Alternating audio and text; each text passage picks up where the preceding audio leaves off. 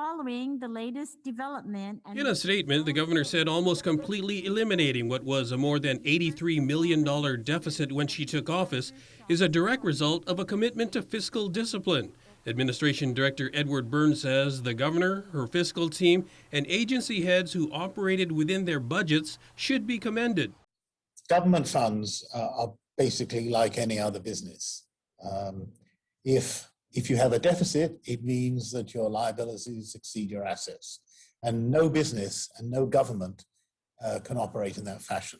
But the general fund surplus can also be attributed to a huge influx of federal pandemic assistance. But a lot of the surplus can be attributed to the administration's goal of getting more federal funds generally into the general fund. We have a lot of access to federal funds.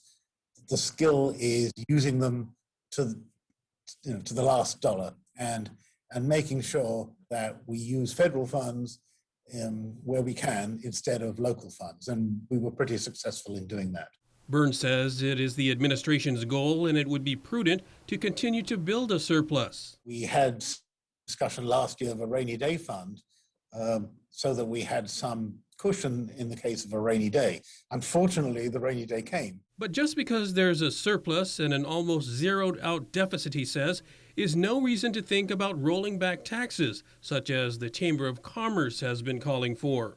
It's not like it's a continuing thing. You have to work at it all the time, and you have to continue to maximize your revenues and minimize your expenses.